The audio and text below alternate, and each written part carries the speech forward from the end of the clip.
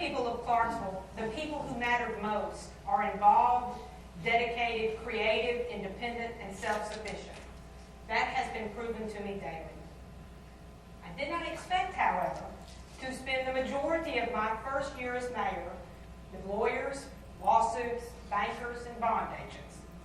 Nor did I realize how much my first year would sound like a weather forecast, especially on a day when storms were predicted. When I took office, I immediately realized that the city was facing a number of lawsuits and more were threatened. Except for a handful of cases, those have now been resolved. Those lawsuits, however, took more than time.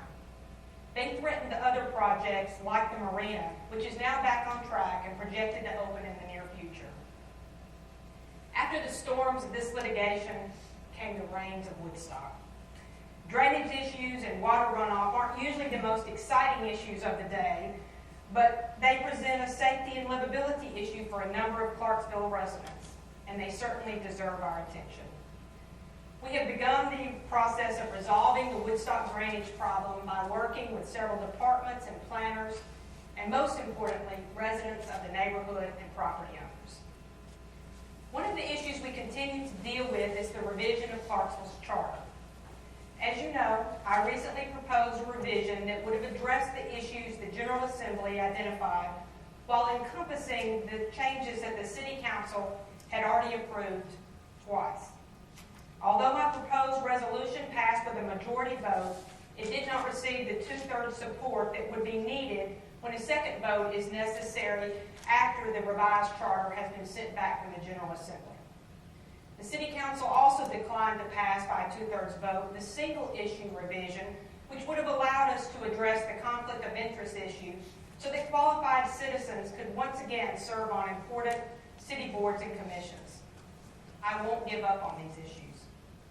First, I intend to reintroduce the single-issue revision. Even if the City Council continues to insist that more time is needed to address the comprehensive charter revisions, this conflicts issue is prohibiting dedicated and talented Clarksvillians from participating on boards and commissions. I believe that the business community has a real interest in making sure that these appointments are filled as quickly as possible.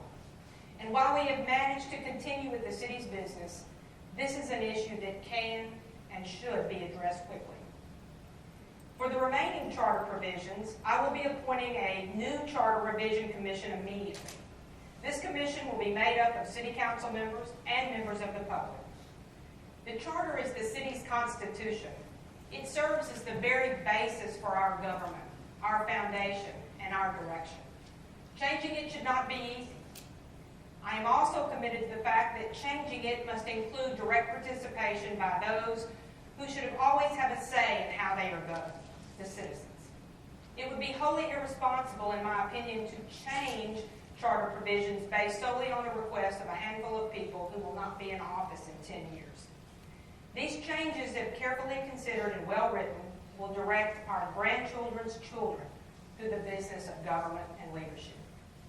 I cannot, and I don't believe the City Council should make these changes without including citizens in evaluating these proposed revisions.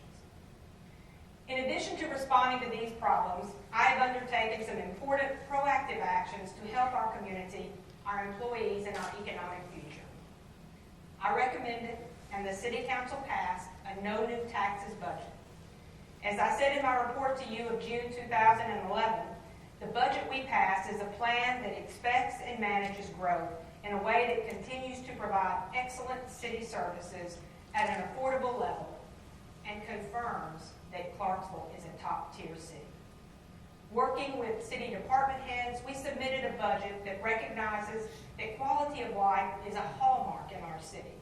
And to continue to enhance that, we must preserve our infrastructure, provide quality service, and plan for a growing and vibrant business community. In my very first council meeting as mayor, I was faced with the adoption of a comprehensive pay study for city employees.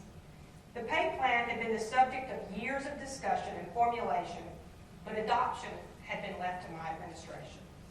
I am pleased to report that we passed the plan. Prior to the adoption of this plan, approximately 63% of our employees' pay was not in line with the market. This was a vital vitally important issue to me. I have taken the opportunity to meet with employees in almost every department over the last few months, and I can tell you that Clarksville City employees stand head and shoulders above any other cities. Let me give you a couple of examples. During last month's City Council meeting, I had the opportunity, along with Director Jimmy Smith, of recognizing Linda Travis. Ms. Travis is retiring from the Clarksville Transit System after having spent 25 years working for the city. Along with Mr. Smith, she is the only employee to have worked for the Clarksville Transit System since its inception. Her dedication and reliability exemplify the kind of attitude and care Clarksville's employees provide every day. At that same meeting, David Smith, the parking manager for Clarksville, presented a request for maintenance and repairs for our parking infrastructure. His request was less than half the amount originally requested by the authority. When asked for the reason behind the reduction, Mr. Smith answered that he had whittled the wants from the needs. In other words, he looked at the budget expenditure, as I have asked all department heads to do, with an eye towards going where Clarksville needs to be, but as efficiently as possible. Mr. Smith's resolve to do what needs to be done today so that we can meet the opportunities of tomorrow is appreciated by all of us, and again serves as a great example of the commitment to service that our employees have. I must also mention that 5 firefighters from the Clarksville Fire and Rescue received recognition for their heroic work in rescuing a fire victim who was trapped on the second floor of a burning building. Our firefighters and police officers are among the best trained and most prepared emergency service personnel in our state. I was very proud to join the ceremonies in opening a new fire station in the north part of town near the airport, and very recently, a new community policing station in New Providence. These stations provide cutting-edge equipment and facilities, and provide our police and firefighters with a new way to engage with these communities and to provide even better service to our city. I want to thank the brave men and women who are ready to respond on a moment's notice to serve and protect our citizens on a daily basis. I appreciate their hard work, their commitment to excellence, and their willingness to face dangers most of us will never know. I would also be remiss if I didn't thank our heroes, the soldiers who were such a vitally important part of our community. The service members stationed at Fort Campbell, whether they're here for a year or for a career, should know that they will always have a home in Clarksville. I appreciate their valor and their sacrifices, more than words can say.